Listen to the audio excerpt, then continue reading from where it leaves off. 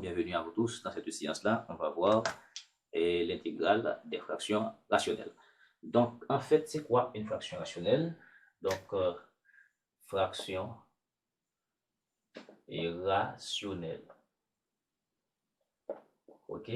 En fait, c'est un f de x qui se présente sous la forme de p de x sur q de x avec un q de x différent de 0, bien sûr. D'accord? Maintenant, première considération qu'il faut faire. Donc, on va essayer de comparer le degré de P et Q.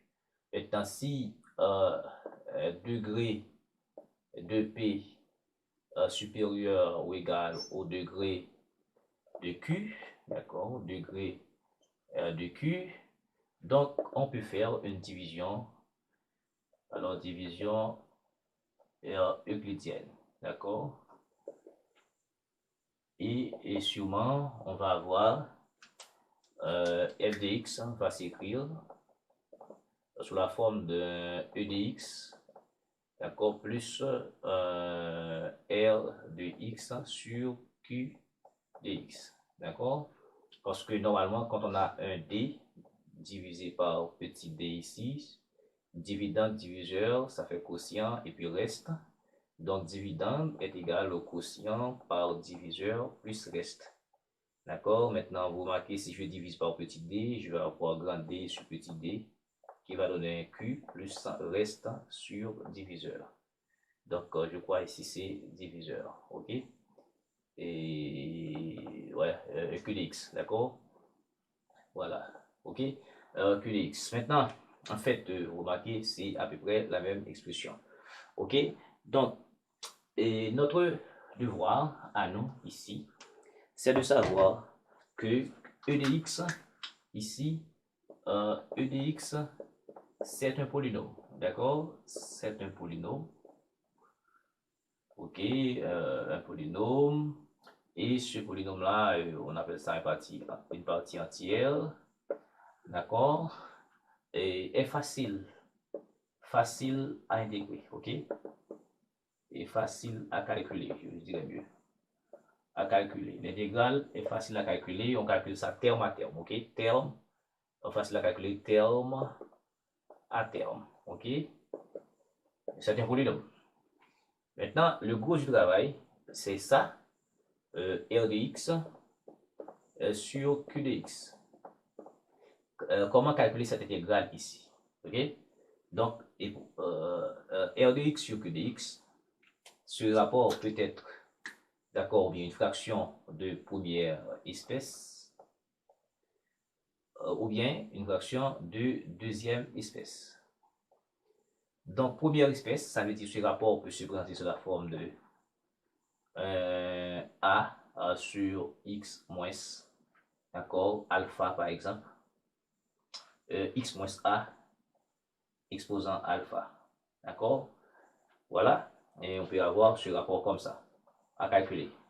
Donc, il y a deux cas ici, il y a deux cas, et ok, et si alpha égale à 1, d'accord, si alpha égale à 1, on a justement I égale à somme de A sur X en moins petit a dx.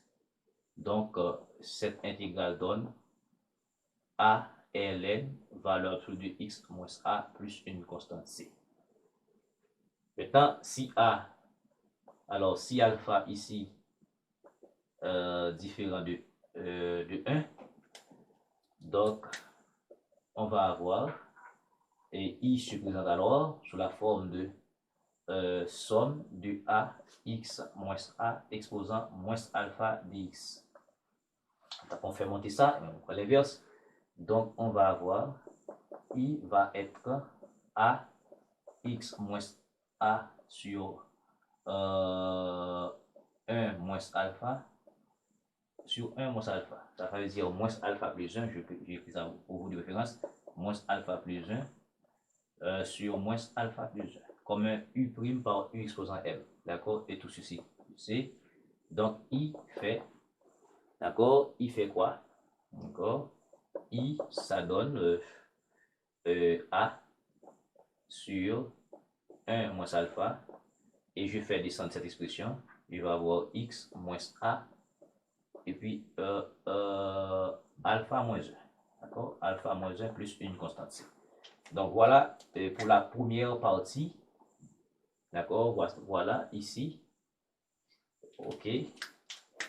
Ici. Donc si, quand on a ça à calculer comme fraction rationnelle, d'accord? Si alpha est égal à 1, c'est facile. D'accord? On a 1 prime sur U. Donc ça fait ln valable sur le 2U. Ensuite, si alpha est différent de 1, donc on fait monter ça. D'accord? On prend l'inverse. Et on aboutira à u' par u exposant n, d'accord? Parce que la dérivée de x moins alpha, x moins a, ça fait 1. Donc ça veut dire on a u' par u exposant moins alpha, donc ça fait x moins alpha plus 1 sur moins alpha plus 1, d'accord? Et puis on fait descendre ça, ok, aucun problème. Maintenant, le gros, c'est que si ce rapport est de deuxième espèce, qu'est-ce que j'entends par ce rapport-là, qui est de deuxième espèce? Je vais prendre ça. Donc, si, par exemple, R de x sur Q de x se présente sous la forme de somme. Alors ce rapport, bien entendu.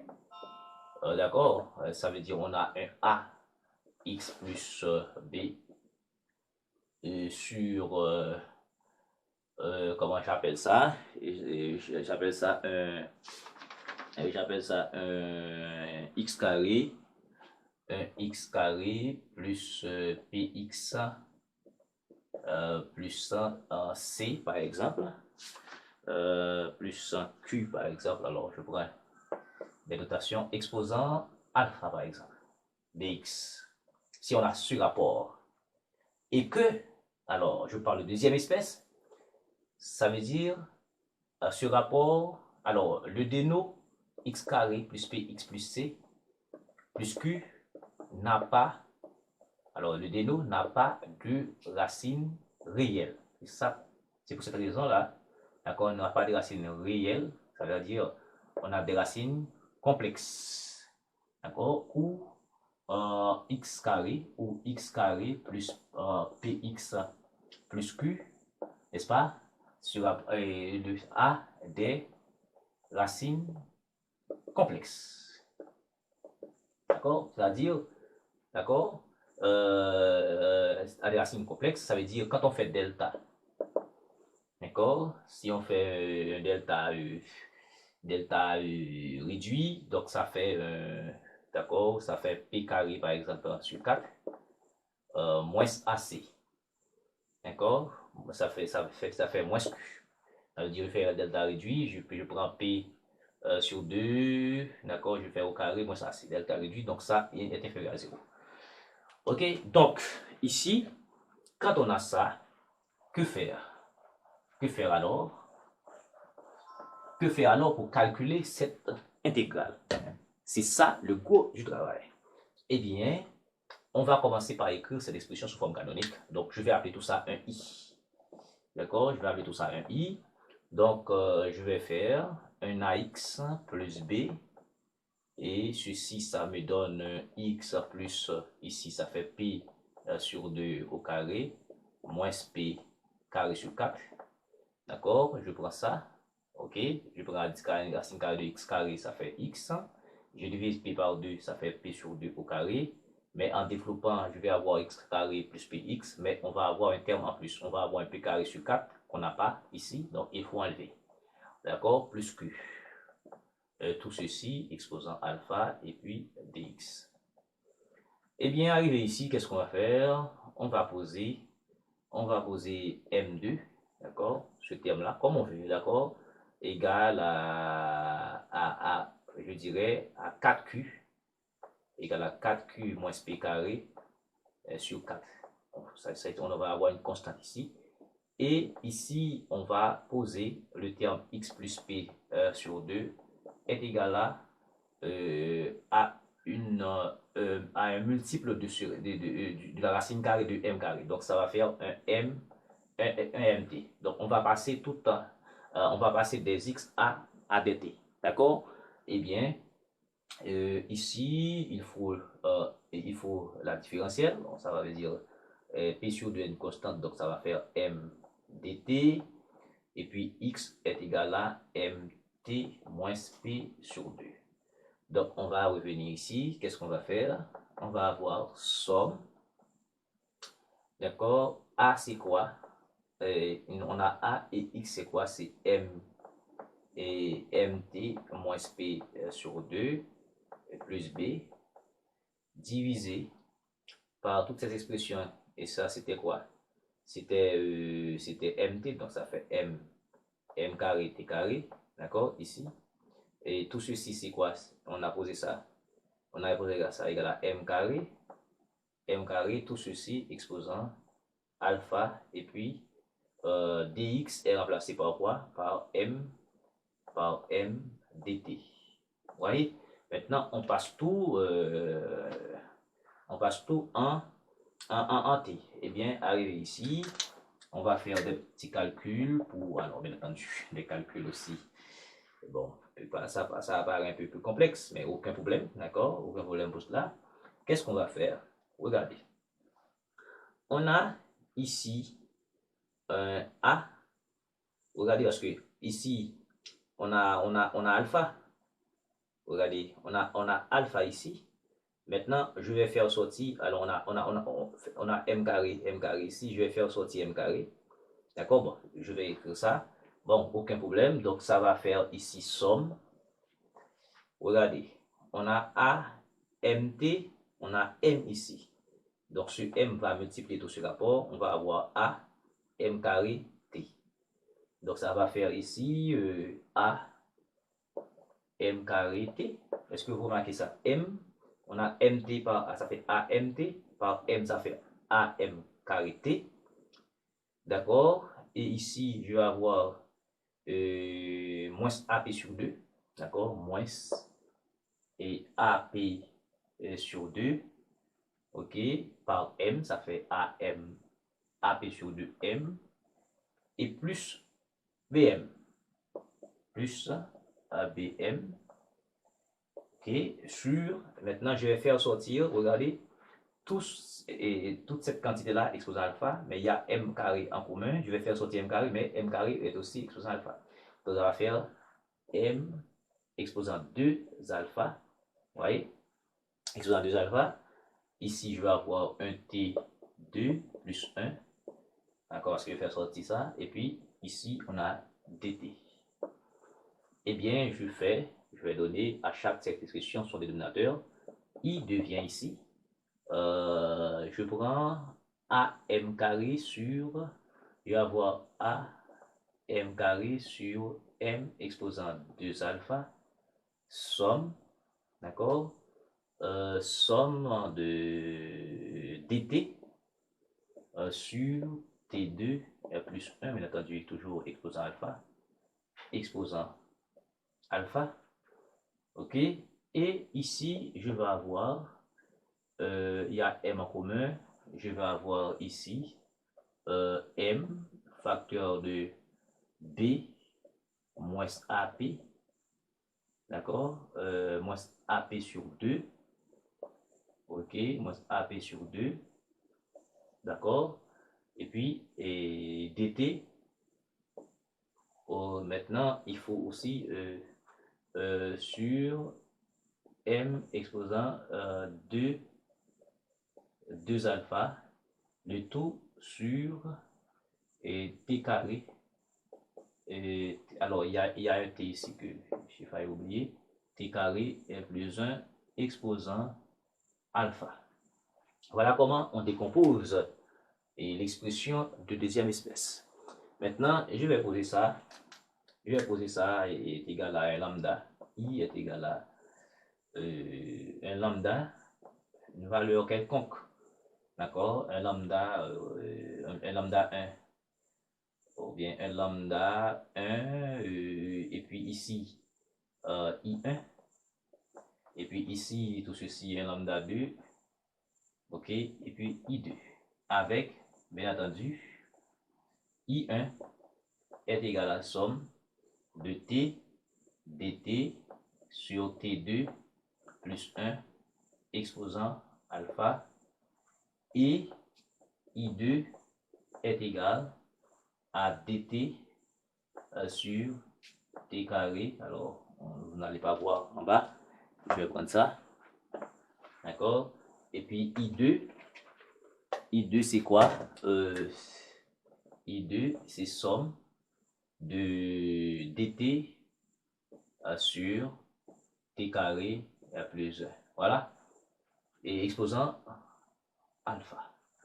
Donc, maintenant, arrivé ici, encore, on a cette intégrale à calculer. Je crois que c'est facile. C'est facile. D'accord? Et l'autre, ici, c'est pas trop facile. D'accord? C'est pas trop facile. Donc, ici, qu'est-ce qu'on peut faire?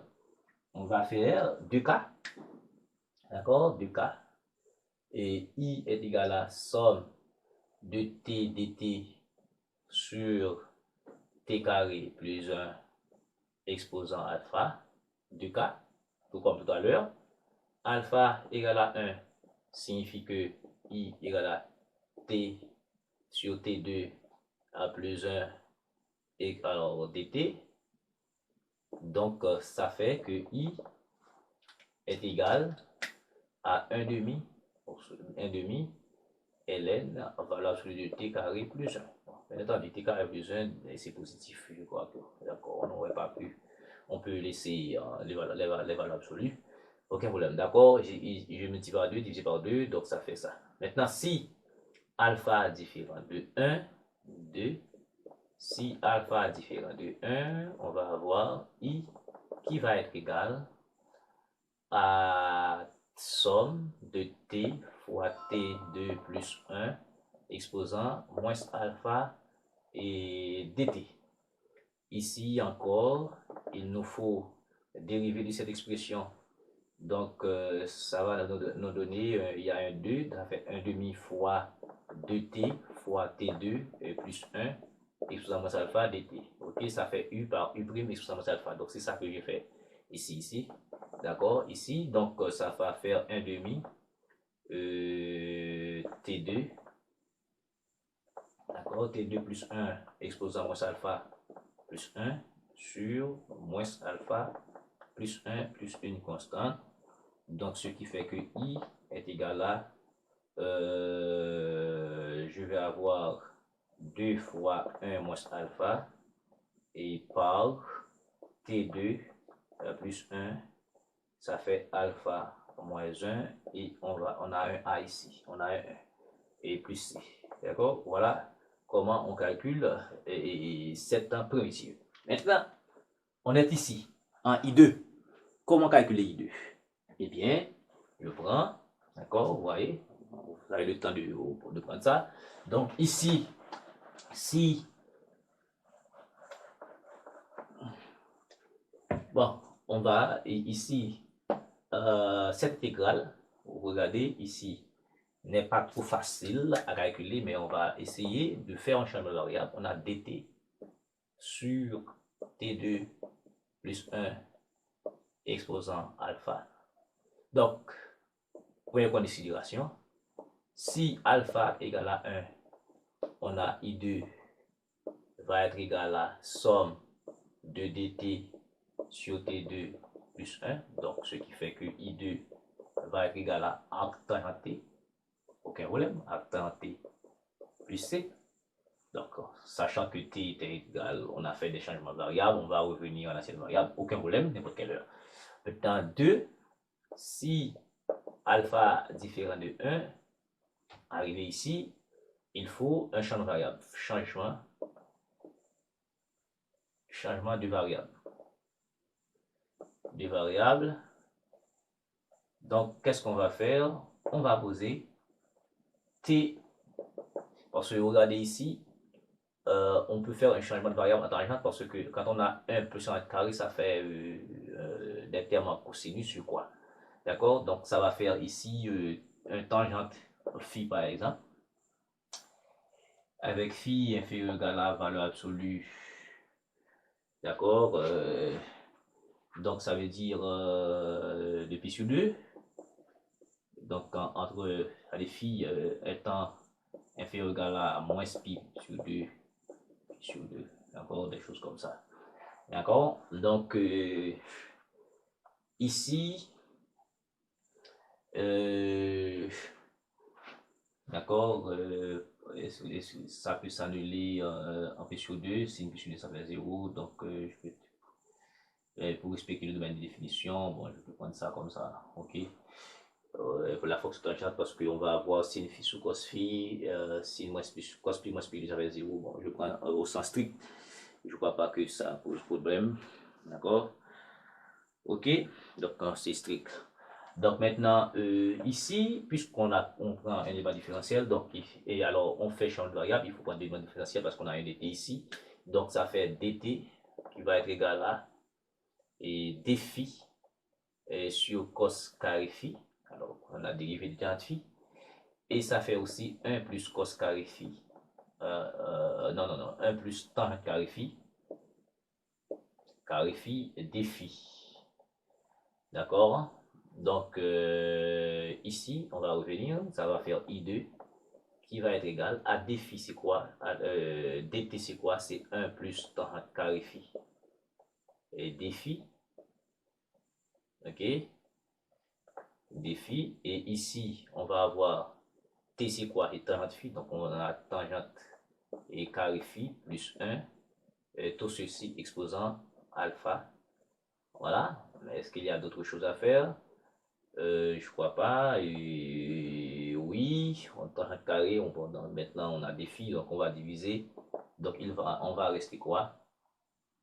On va rester, ça veut dire I2 va être égal à, si on fait monter ça, je vais avoir 1 plus tangente carré phi. Maintenant, je vais rester, ça va faire alpha moins 1. Donc, alpha, non, je fais monter ça. Et on a 1 plus tangente carré phi, 1 plus tangente carré phi. Donc, ça va faire 1 moins alpha, 1 moins alpha, et puis d phi. D'accord? 1 moins alpha d phi. Regardez, je fais monter ça. Je vais avoir 1 plus tangente carré phi par 1 plus tangente carré phi exposant moins alpha. Donc ça fait 1 plus tangente carré phi, ok, moins 1 moins alpha, ou bien moins alpha plus 1. D'accord? Et voilà. Donc arrivé ici, il nous faut quoi? Arrivé ici, il nous faut quoi? Sachant que ici, ok, 1 plus tangente carré alpha, ça fait quoi? 1 plus tangente carré alpha, ça fait 1 plus tangente carré alpha. D'accord? Vous voyez? Donc ici, ça va faire ici I2 va faire tout ceci, ça fait tangente.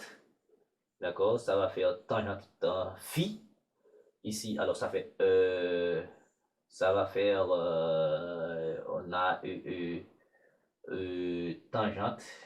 Donc ça va faire 1. Alors ça fait 1 sur cos carré phi, parce que 1 plus tangente carré phi, d'accord? Tout ceci exposant 1 moins alpha, et on a défi. D'accord? On a défi. Maintenant, qu'est-ce qu'on a dérivé? Donc, ça va faire ici, 1 exposant moins alpha, donc ça va faire, ça va nous donner toujours 1, donc on va avoir, ici, on va avoir cos 2 facteur de, alors cos phi exposant 1 moins alpha, ok, et puis ici on a défi, ok, et puis ça va faire ici défi sur cos 2 moins 2 alpha, d'accord, et puis ici on a un phi. Maintenant, toute cette expression, d'accord, toute cette expression, ça fait quoi?